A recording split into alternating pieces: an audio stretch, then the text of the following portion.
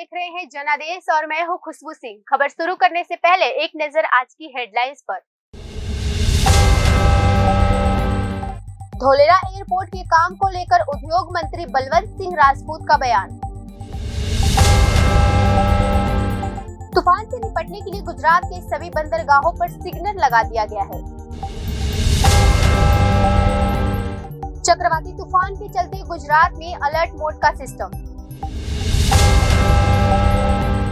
Monsoon से पहले खाली हो गया सूरत के मांडवी तालुका का जीवन रक्षक अमली बांध। धीरे धीरे आगे बढ़ रहा है चक्रवात बिपराजॉय, गंभीर तूफान में बदलने की आशंका।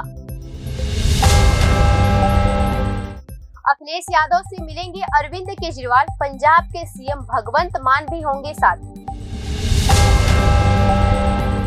दिल्ली एनसीआर में आज बूंदाबांदी तो कल से सताएगी गर्मी, कई राज्यों में चलेगी लू व तापमान बढ़ने की संभावना। वडोदरा हाईवे पर टैंकर और ट्रक की भिड़ंत, टक्कर के बाद 2 गाड़ियों में लगी आग, एक ड्राइवर और 2 क्लीनर जिंदा जले। ये थी आज की बड़ी और अहम खबरें। अब समाचार विस्तार से। उद्योग मंत्री बलवंत सिंह राजपूत की अध्यक्षता में सांसद व विधायक स्थायी सलाहकार समिति की बैठक हुई, जिसमें कई अहम मामलों पर विचार विमर्श किया गया। राज्य सरकार की उद्योग एवं श्रम रोजगार मंत्री बलवंत सिंह राजपूत की अध्यक्षता में मंगलवार को गांधीनगर में स्थायी सलाहकार समिति की बैठक हुई। इस बैठक में गृह मंत्री हर्ष संघवी, राज्य मंत्री जगदीश विश्वकर्मा और कुंवरजी हलपति समेत सांसद व विधायक मौजूद थे। इस बीच बैठक में राज्य के कुछ अहम मामलों पर चर्चा हुई, जिसमें धोलेरा हवाई अड्डा कब से शुरू किया जाएगा, इस पर चर्चा हुई। उद्योग मंत्री बलवंत सिंह ने 2026 तक एयरपोर्ट शुरू करने की बात कही। धोलेरा एयरपोर्ट का काम अभी भी चल रहा है और सरकार इसे जल्द से जल्द पूरा करने की कोशिश कर रही है। धोलेरा एयरपोर्ट के खुलने से क्षेत्र का कायाकल्प हो जाएगा, साथ ही क्षेत्र का विकास तेजी से होगा। इसके लिए स्टैंडिंग कंसल्टेटिव कमेटी में चर्चा की गई है। इसकी त्वरित शुरुआत और ब्यूरो का भी विचार किया गया है। बलवंत सिंह ने आगे कहा कि मुख्यमंत्री भूपेंद्र पटेल के नेतृत्व में टीम गुजरात और प्रधानमंत्री नरेंद्र मोदी के द्वारा शुरू किया गया था और गुजरात के विकास यात्रा को आगे बढ़ा रहा है।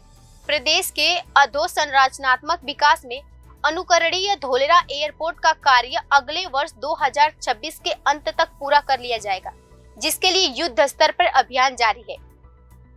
बलवंत सिंह ने राज्य में हवाई अड्डों के सुधार के संबंध में समिति से परामर्श किया। उन्होंने दिखाया कि सरकार नागरिक उड्डयन के लिए सही दिशा में काम कर रही है। इसके अलावा एक नया जीआईडीसी स्मार्ट सेरेमिक पार्क अस्थायी करने की भी योजना है। इसमें न्यूनतम मजदूरी और कार्य करने की घंटे को लेकर भी चर्चा हुई। इसके अलावा राजपूत ने कहा कि लघु सूक्ष्म एवं मध्यम उद्योग यानी एमएसएमई को प्रभावित करने वाले सभी मुद्दों को हल करने के लिए अगले सप्ताह शून्य पेंडेसी को लक्षित किया जाएगा, जो एक सराहनीय प्रदर्शन है।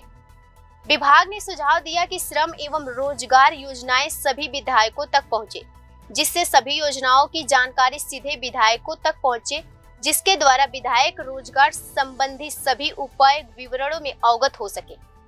चक्रवात राज्य के कई जिलों में तेज हवाओं के साथ बारिश ला सकता है। भारी बारिश की आशंका को लेकर एसडीआरएफ की टीम को भी अलर्ट जारी कर दिया गया है। इसके साथ ही स्थानीय स्तर पर अधिकारियों को भी अलर्ट रहने की निर्देश दिया गया है। अरब सागर में तूफान बिपराजॉय की आशंका को देखते हुए सिस्टम को अलर्ट कर दिया गया है, जिसमें गुजरात के पोरबंदर और जाफराबाद सहित बंदरगाहों पर नंबर 2 सिग्नल लगा दिया गया है। साथ ही मछुआरों को भी समुद्र में न जाने की हिदायत की गई है। तूफान राज्य के कई जिलों में तेज हवाओं के साथ बारिश ला सकता है। भारी बारिश की आशंका के बाद एसडीआरएफ की टीम को अलर्ट कर दिया गया है। इसके साथ ही स्थानीय स्तर पर अधिकारियों को भी अलर्ट रहने का निर्देश दिया गया है। तूफान के प्रभाव के कारण सौराष्ट्र समेत वेरावल, जाफराबाद बंदरगाह पर चेतावनी के संकेत भी लगाए गए हैं। तूफान के खतरे को देखते हुए चेतावनी के संकेत दिए गए हैं। मछुआरों को निर्देश दिया गया है कि वो समुद्र के पास न जाएं। हालांकि अरब सागर में बने तूफान को लेकर सिस्टम को अलर्ट कर दिया गया है। तूफान वर्तमान में पोरबंदर से 1110 किलोमीटर, वहीं दक्षिण पश्चिमी गोवा से 900 किलोमीटर, पश्चिमी दक्षिण पश्चिम मुंबई से 1030 किलोमीटर, वहीं पश्चिमी और कराची से 1410 किलोमीटर में केंद्रित है। इस प्रणाली के उत्तर की ओर बढ़ने और आज दोपहर के बाद एक गंभीर चक्रवाती तूफान के रूप में विकसित होने की संभावना है। मानसून के आवागमन के बीच गुजरात के ऊपर चक्रवाती तूफान मंडरा रहा है। अरब सागर पर बना गहरा दबाव चक्रवाती तूफान बिपराजॉय में तब्दील हो गया है।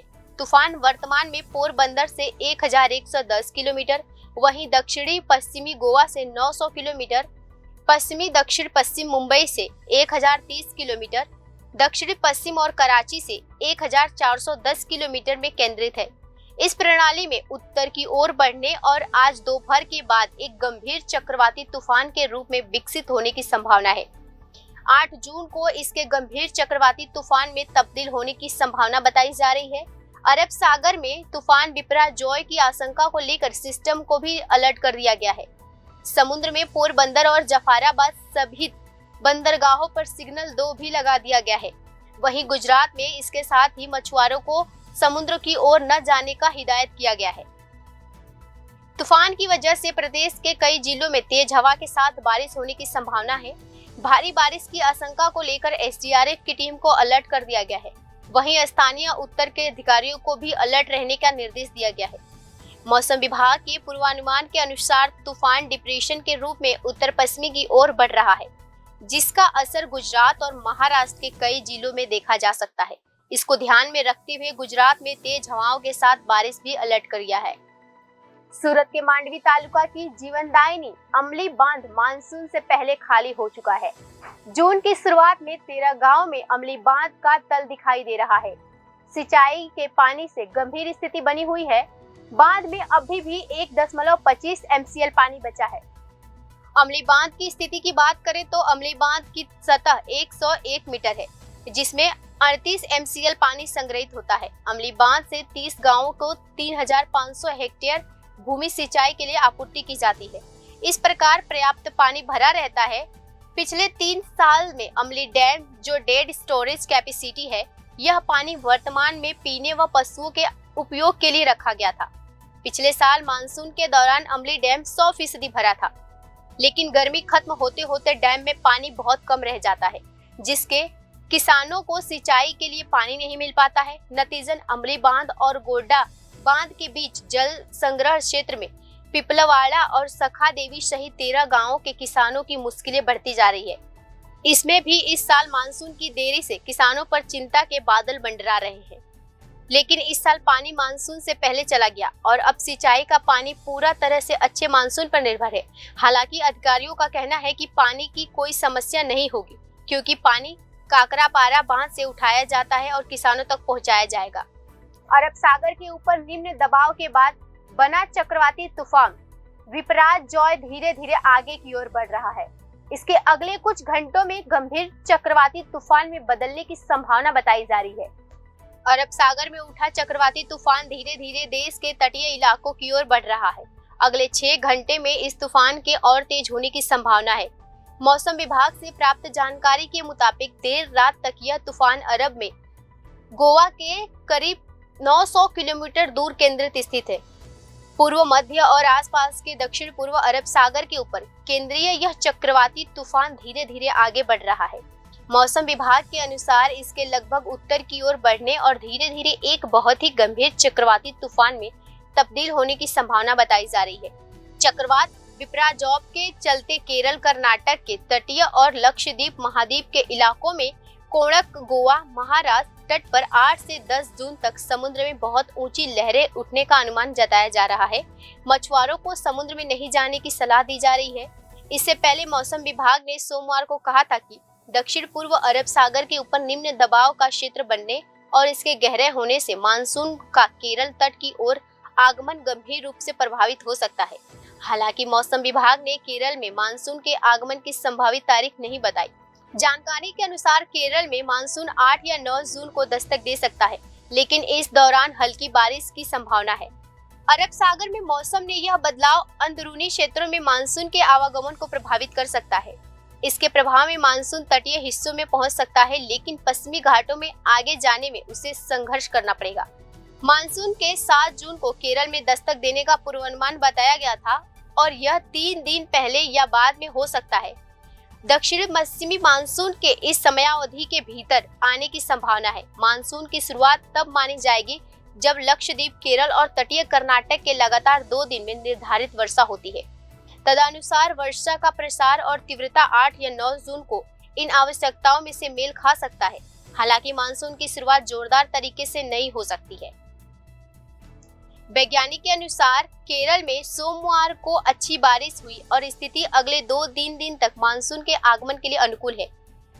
कहा है कि चक्रवाती तूफान में और बंगाल की खाड़ी में बने रहने निम्न दाब के कारण दक्षिण प्रायद्वीप में बारिश होगी। उन्होंने कहा कि चक्रवात के कमजोर होने के बाद मानसून दक्षिण प्रायद्वीप से आगे बढ़ेगा।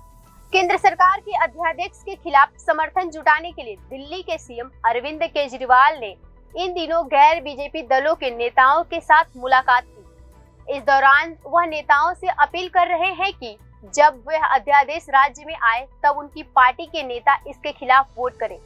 केंद्र सरकार के राष्ट्रीय राजधानी से सेवा के नियंत्रण पर अध्यादेश के खिलाफ समर्थन जुटा रहे अरविंद केजरीवाल आज अखिलेश यादव से मिलेंगे।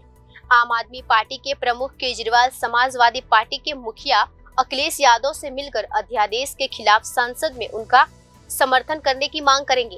केजरीवाल आज दोपहर को लखनऊ एयरपोर्ट पहुंचेंगे, जहां से वह सीधे सपा के प्रदेश कार्यालय जाएंगे। अखिलेश यादव से मुलाकात करेंगे। इस मुलाकात में केजरीवाल के साथ पंजाब के मुख्यमंत्री भगवंत मान भी होंगे। अरविंद केजरीवाल ने इस मुलाकात के बाबत के एक ट्वीट करते हुए कहा कि केंद्र सरकार के गैर संवैधानिक अध्यादेश के खिलाफ दिल्ली की जनता के हक में समर्थन मांगने के लिए आज मैं और भगवंत मान लखनऊ में अखिलेश यादव से मिलेंगे। बता दें कि आप प्रमुख केंद्र के अध्यादेश के खिलाफ समर्थन हासिल करने के लिए गैर बीजेपी दलों के नेताओं ने संपर्क कर लिया है ताकि संसद में विधेयक लाए जाए, इसे बदलने की केंद्र कोशिश में विफल हो जाए। गौरतलब ये है कि इससे पहले आप नेता केजरीवाल पश्चिम बंगाल की मुख्यमंत्री ममता बनर्जी, बिहार के सीएम नीतीश कुमार, झारखंड के मुख्यमंत्री हेमंत सोरेन, तमिलनाडु के सीएम एस.के. स्टालिन, तेलंगाना के मुख्यमंत्री के.सी.आर., राष्ट्रवादी कांग्रेस पार्टी एनसीपी के चीफ शरद पवार, महाराष्ट्र के पूर्व सीएम उद्धव ठाकरे सहित कई नेताओं से मुलाकात कर चुके हैं। मौसम विभाग के मुताबिक दिल्ली में बुधवार 7 जून यानी आज अधिकतम तापमान 39 डिग्री सेल्सियस वहीं न्यूनतम तापमान 23 डिग्री सेल्सियस दर्ज की गए है। इसके साथ ही गुरुवार से तापमान में बढ़ोतरी होना शुरू हो जाएगा। जून का महीना शुरू हो चुका है, लेकिन दिल्ली एनसीआर में अभी भी गर्मी का प्रकोप कम नहीं हो रहा। हर दूसरे तीसरे दिन होने वाली बारिश की वजह से मौसम में राहत है। तापमान में ज्यादा बढ़ोतरी नहीं हो रही है। आसमान में बादल और सूरज की लुका-छिपी चल रही है।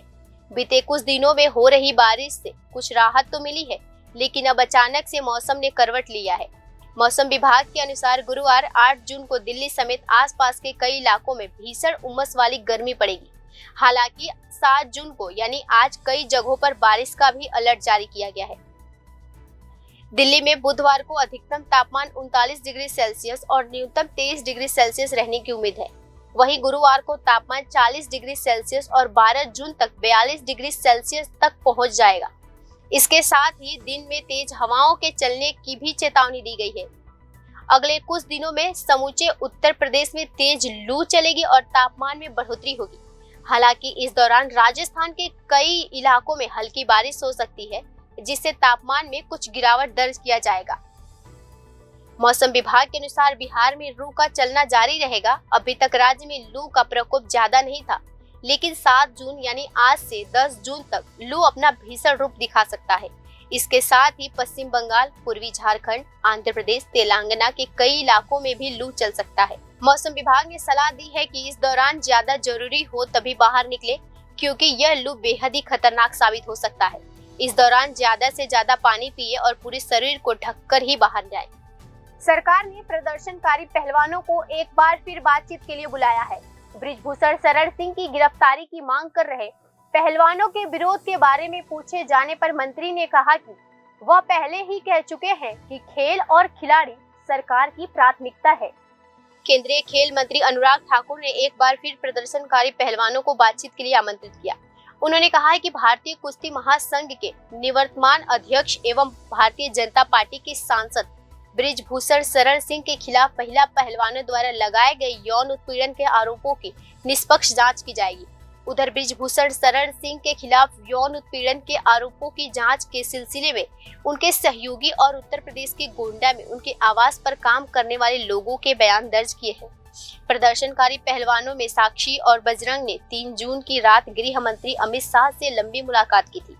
इसके बाद ही कुछ पहलवानों ने अपनी सरकारी नौकरी ज्वाइन करने की घोषणा की थी। अनुराग ठाकुर का बयान इस मुलाकात के बाद आया।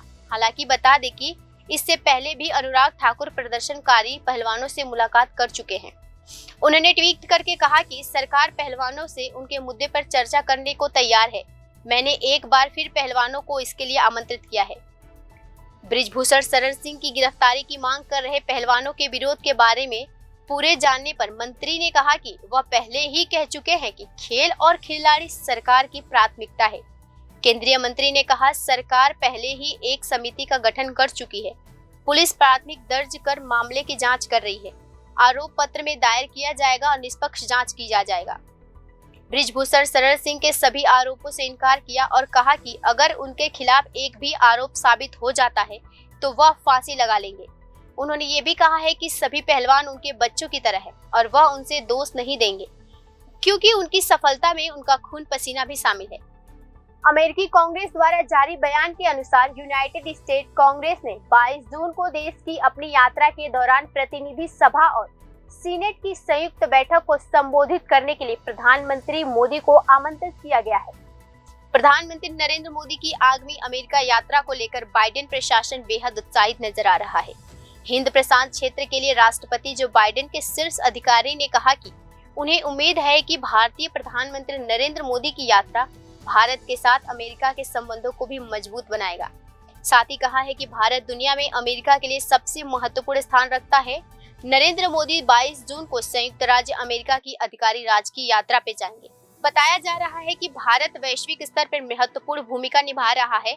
भारत सिर्फ रणनीति के रूप से ही नहीं बल्कि कई क्षेत्रों में विश्व के साथ खड़ा है। प्रधानमंत्री नरेंद्र मोदी 22 जून को संयुक्त राष्ट्र अमेरिका की आधिकारिक राजकीय यात्रा पे जाएंगे। अपनी यात्रा के दौरान पीएम की मेजबानी अमेरिकी राष्ट्रपति बाइडेन और प्रथम महिला जिल बाइडेन द्वारा व्हाइट हाउस विदेश मंत्रालय में राजकीय राज्य भोजन की जाएगी। विदेश मंत्रालय ने बुधवार को एक प्रेस बयान के माध्यम से इसकी जानकारी दी। अमेरिकी विदेश मंत्रालय के प्रधान उप प्रवक्ता वेदांत पटेल ने सोमवार को कहा कि भारत के साथ साझेदारी अमेरिका के लिए सबसे अधिक महत्वपूर्ण संबंधों में से एक है। साथ ही उन्होंने कहा कि अमेरिका भारत से आर्थिक संबंधों को गहरा करने और सुरक्षा सहयोग बढ़ाने की आशा कर रहा है। पटेल ने कहा है कि इस महीने के अंत में मोदी राजकीय अमेरिकी यात्रा की मेजबानी करने के लिए बेहद उत्सुक है। गुजरात में वडोदरा के पाडरा जंबूसर हाईवे पर रविवार सुबह टैंकर और ट्रक के बीच में 3 लोगों की मौत हो गई। टक्कर के बाद वाहनों में भीषण आग लग गई, जिसे टैंकर चालक व 2 क्लीनर जिंदा जल गए। सूचना मिलने के बाद करीब आधे घंटे बाद दमकल की 2 गाड़ियां मौके पर पहुंची और आग पर काबू पाया। आग के चलते लोग नहीं कर सके मदद। जंबूसर के स्थानीय लोगों ने बताया कि दोनों ही ट्रक तेज स्पीड से आ रहे थे। इस दौरान दोनों ट्रकों के आमने सामने भिड़ंत हो गई। दोनों गाड़ियों के टकराने की आवाज दूर तक सुनाई दी। जोरदार धमाके के साथ ही दोनों गाड़ियों में आग लग गई। ट्रक का चालक गंभीर हालत में किसी तरह बाहर निकला, लेकिन उसका क्लीनर और टैंकर का ड्राइवर क्लीनर बाहर नहीं आ सके। आग इतनी भीषण थी कि स्थानीय लोग इन्हें बचाने ट्रक के पास तक नहीं जा पहुंचे। दोनों गाड़ियों में आग के चलते दोनों तरफ 5 किलोमीटर तक लंबा जाम लग गया। फायर ब्रिगेड के आग पर काबू पाने के लिए यातायात धीरे धीरे शुरू हुआ। हादसे में मरने वाले 3 लोगों की पहचान नहीं हो सकी है। घायल ड्राइवर को जंबूसर के अस्पताल में भर्ती कराया गया है। पुलिस ने मामले का जांच कर रही है। तीनों मृतकों के शव पोस्टमार्टम के लिए भेज दिया है। फिलहाल के लिए इतना ही। खबरों में बने रहने के लिए देखते रहिए जनादेश।